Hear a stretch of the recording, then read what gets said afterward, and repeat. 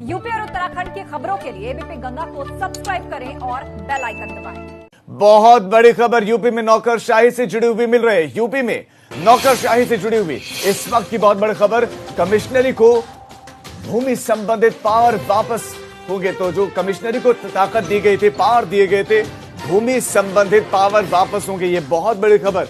नौकरशाही में खड़े हुए विवाद को खत्म करने की ये तैयारी है और अब कमिश्नरी को दिए गए भूमि संबंधित पावर वापस होंगे। ये बहुत बड़ी जानकारी और ये एक्सक्लूसिव कॉपी है। ये एक्सक्लूसिव कॉपी है। ये वो आदेश है जो ताकत वापस लेता है कमिश्नरी से। धारा 133 और धारा 145 की पावर वापस लेने की तैयारी है। विवादित जमीन, मकान को अटैच कर सकती थी पुलिस, ये ताकत दी गई थी, लेकिन अब अधिकार लखनऊ, नोएडा में वापस लिया जाएगा। दो ही जगहों पर यह सिस्टम है और बड़ी खबर आपको दे रहे हैं कि भूमि संबंधित पावर वापस ले ली गई है। भूमि संबंधित पावर वापस ले ली गई है और यह विवाद का कारण भी था और अब वापस ले लिया गया है। भूमि संबंधित जो ताकत दी गई थी, जो शक्तियां अतिरिक्त दी गई थी, उन शक्तियों को वापस लिया है।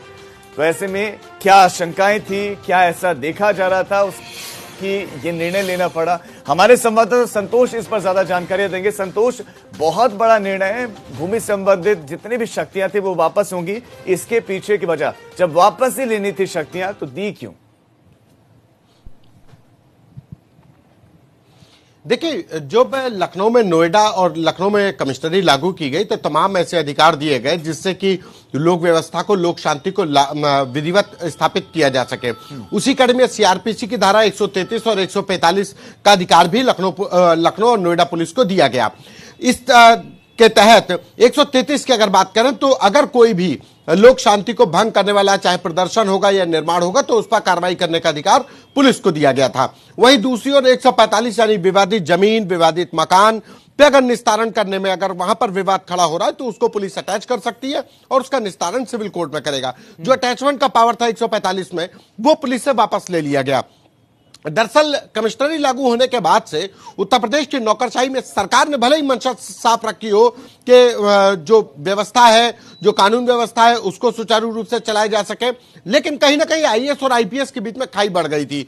आईएएस अधिकारियों को लगने लगा था कि ये उनके अधिकारों का जो कलेक्टरगिरी था, उस पर ये एकाधिकार जो था उनका, उसके ऊपर ये अतिक्रमण किया गया। आईपीएस अधिकारी लगातार सक्षम होते जा रहे हैं और वैसे भी कमिश्नरी व्यवस्था का हमेशा से आईएएस अफसरों ने विरोध किया।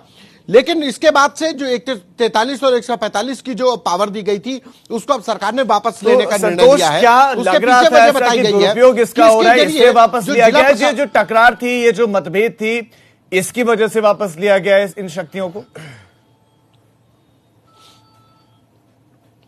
देखिए, बिल्कुल कहीं ना कहीं जो रिपोर्ट, जब लखनऊ और नोएडा में कमिश्नरी लागू की गई तो 6 महीने के लिए एक ट्रायल के तौर पर लागू की गई कि क्या क्या यहां पर दिक्कतें आएंगी, व्यवहारिक दिक्कतें, और कहां पर अधिकारों के क्रियान्वयन में दिक्कतें आएंगी।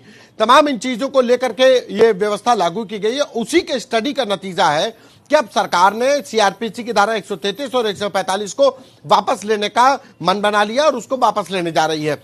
इसके तहत पुलिस को एम्पावर किया गया था। कमिश्नरी व्यवस्था जो होती है वो पुलिस को एम्पावर करती है। पुलिस का तमाम लाइसेंस देने का अधिकार हो जाते हैं। हालांकि उत्तर प्रदेश की बात करें तो अभी लखनऊ और नोएडा में शराब की दुकानों की बात करें तो उसको चेकिंग का अधिकार नहीं है, लेकिन मुंबई हो, हैदराबाद हो, तमाम दिल्ली हो, वहां पर जो कमिश्नरी है उसको शराब की दुकानों को चेक करने का अधिकार है। लिहाजा सीमित अधिकार लखनऊ और नोएडा पुलिस को दिए गए थे कमिश्नरी के तहत, लेकिन उस सीमित अधिकारों के बीच में भी 133 और 145 की यानी विवादित संपत्ति, विवादित जमीन पे अगर कोई अतिक्रमण होता है, वहां पर अगर कोई लोक शांति को भंग करने की कार्रवाई करता है तो उस संपत्ति को अटैच कर सकते हैं। वाकई बहुत बड़ा निर्णय है आपका संतोष लाल। तमाम जानकारी के लिए बहुत शुक्रिया। तो नौकरशाही से जुड़ी हुई बहुत बड़ी खबर आपने दी और